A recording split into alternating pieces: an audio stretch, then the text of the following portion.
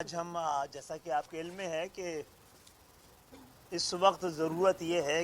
خاص طور پہ سندھ کے شہری علاقوں اور خاص طور پہ کراچی اور حیدرآباد میں جن کی مردم شماری میں ویسے ہی تعداد عادی کر دی گئی ہے کہ گزشتہ 50 سال سے ووٹر لسٹ اور حلقہ بندیوں کے ذریعے بھی ہماری ان شہروں کی جو جینوئن نمائندگی ہونی چاہیے اس کا 25 سے 30% بچا ہے، لیکن گزشتہ سالوں میں ہونے والی حلقہ بندیاں جو کہ کراچی اور حیدرآباد میں بلکہ سندھ کے سارے شہری علاقوں میں ہوئی ہے، کچھ پہ الیکشن ہو چکے ہیں لیکن 2 کے الیکشن ابھی باقی ہیں، وہ الیکشن کے نتائج پر وہ حلقہ بندیاں براہ راست اثر انداز ہوں گی۔ پری پول ریگنگ ہو چکی ہے۔ ایک ہی شہر میں کچھ یونین کونسلیں 25 سے 30 ہزار پہ ہیں اور کچھ 80 سے 90 اور 95 ہزار ہیں، کچھ 1 لاکھ کے برابر قریب بھی ہیں۔ تو جہاں پر کراچی کی مستقل باشندے جن علاقوں میں رہتے ہیں وہ دوسرے علاقوں کے مقابلے میں وہاں سے لوگ 90 ہزار پر 3 یوسیاں نکالیں گے، اور جہاں ہمارا ووٹ بینک ہے وہاں سے 1 یوسی نکلے گی۔ تو اس پہ ایک مشترکہ آواز کی ضرورت تھی، بڑی توانا آوازوں کی ضرورت تھی، مل کے آواز لگانے کی ضرورت ہے۔ اسی لیے ہم مہاجر قومی موومنٹ کے پاس بھی آئے ہیں کہ اس آواز میں آواز ملائیں، اور 9 تاریخ کو ہم حلقہ بندیوں کے حوالے سے ایک احتجاجی مظاہرہ رکھ رہے ہیں اور اسی کی دعوت دینے آئے تھے۔ بہت بہت شکریہ۔ میرے پاس خالد مقبول صاحب جب تشریف لائے تو مجھے اچھا لگا کہ ہم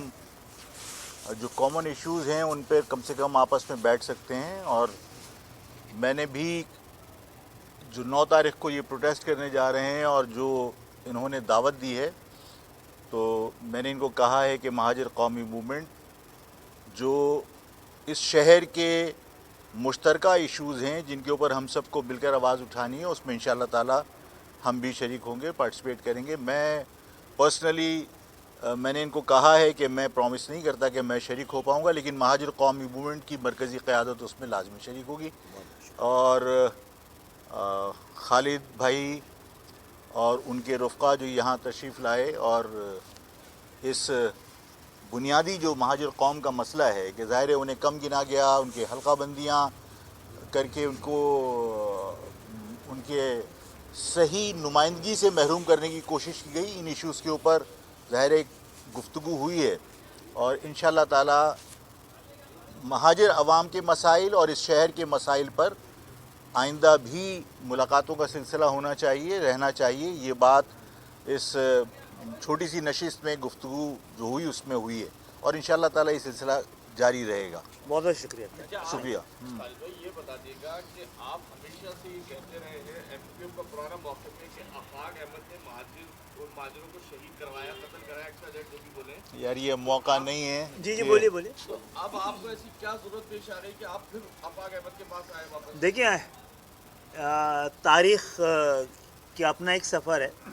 اور آگے بڑھنے کے لیے بہت ساری چیزوں کو، اس میں شاید بہت سارے ایسے لوگ بھی ہوں جو براہ راست متاثر ہوئے ہوں، ہماری جانب سے بھی ان کی جانب سے بھی۔ تو اس وقت سیاسی جماعتوں کا مسئلہ نہیں ہے، پوری ایک قوم کا مسئلہ ہے، اس کی شناخت کا مسئلہ ہے،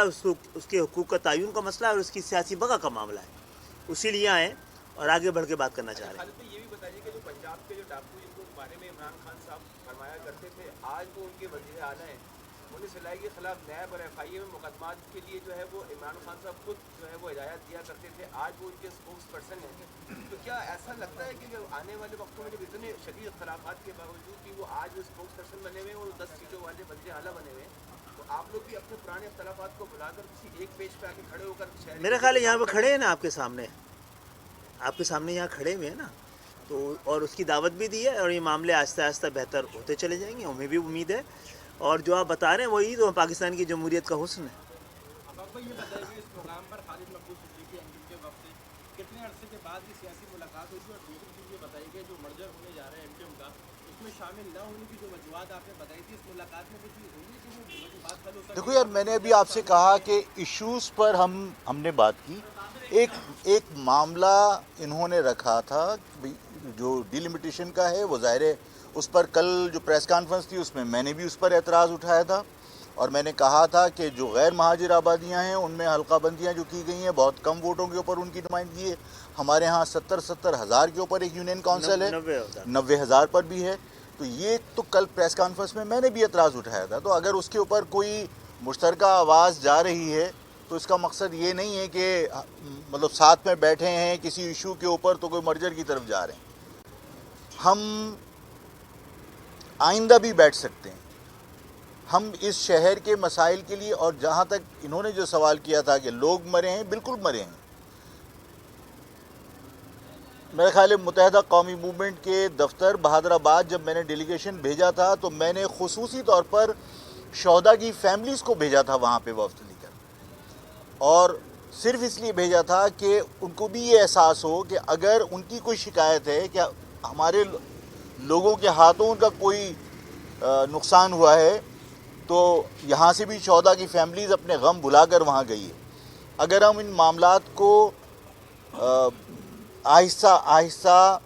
بلانے کی کوشش نہیں کریں گے تو اس قوم کو متحد کرنا فیوچر میں بہت مشکل ہو جائے گا. ملاقات کتنے عرصے بعد ہوئی ہے سیاسی ملاقات؟ میرا خیال ہے کہ ملاقات تو ہماری ہوتی رہتی ہے کہیں نہ کہیں گائے بگائے کسی تقریب میں. اور ظاہر ہے کہ جو آپ نے کہا کہ پنجاب میں لوگ مل سکتے ہیں تو میرا خیال ہے یہاں پر بھی ایسی کوئی صورتحال نہیں ہے کہ ایک دوسرے سے آپ کا امین بھائی بھی دعوت